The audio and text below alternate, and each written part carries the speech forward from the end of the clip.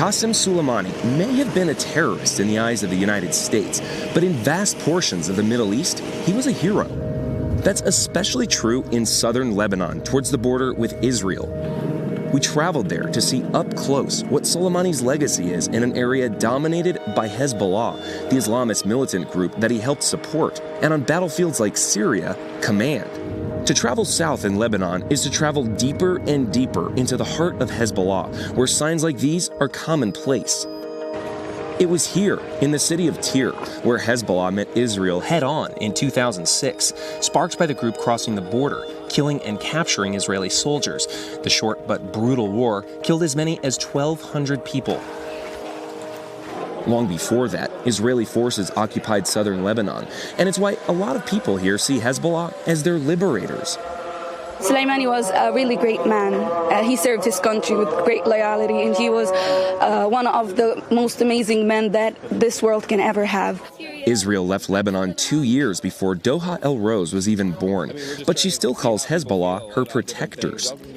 Like each and every politics in Lebanon has its importance and has its some sides that people don't like, but it's been an honor for them to always protect our country and always have our backs whenever we need them. But here in Tyre, the memory of war is never far away. We don't want any war on Lebanon, like wars between different religions and different politics. We really had enough. I think the country deserves to have some stability. Physical beauty of Lebanon is something special.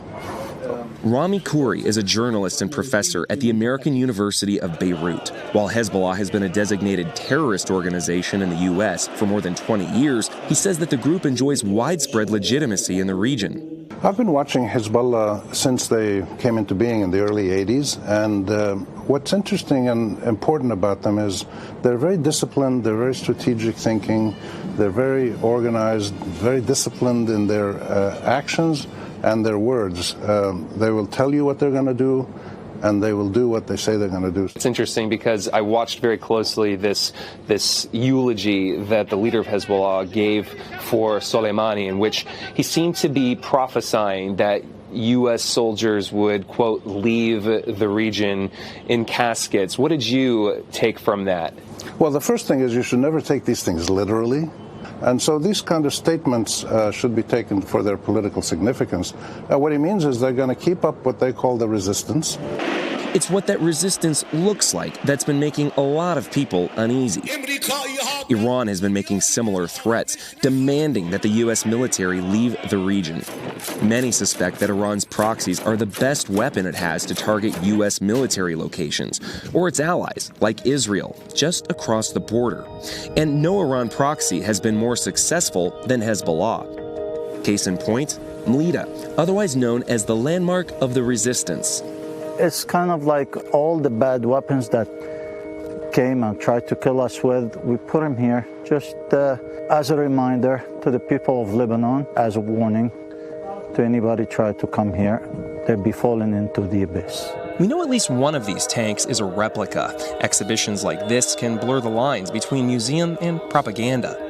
Not long ago, this hill was the site of a Hezbollah outpost. This tunnel was kind of the military operation room for the resistance. All right. So we're inside the bunker now? Yes, it's a tunnel. It's a 200 meters long tunnel. So soldiers would come in here to pray while there could be a bombardment taking place? Yes, but it's very safe in here. Today, it's the site of the Hezbollah Museum, backed by the Lebanese Culture and Tourism Ministries. It's even got its own gift shop and tour guides like Moses, versed in the arts of PR. We have received over 2,020,000 visitors since 2010. I mean, I'm looking at a lot of tourists here, and I keep asking myself, is this a pilgrimage for them? Is that how people see this site?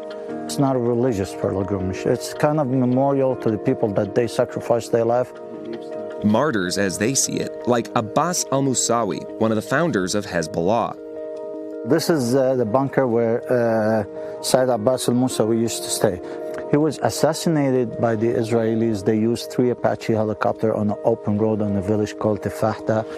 In response to the assassination of its leader, terrorists linked to Hezbollah bombed the Israeli embassy in Buenos Aires, killing 29 people.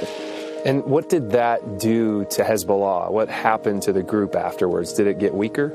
Actually, we all know of Hezbollah now and their establishment. The whole world talk about them. The conflict continues and everyone is going to do their job. Mr. Qasem Soleimani was martyred about 5-6 days last week. And now maybe the one that comes, whoever assassinated him will say why we wish that he was alive, because this guy was worse than the one before him. That's how things goes. And so it goes. More retaliation and more killing. Today, amid soaring tensions between Iran and the U.S., have we entered yet another cycle of endless retaliation? For Hezbollah and many in the region, the death of Soleimani was a big blow. But in a region full of dizzying conflicts, few expect it to lead to any lasting peace.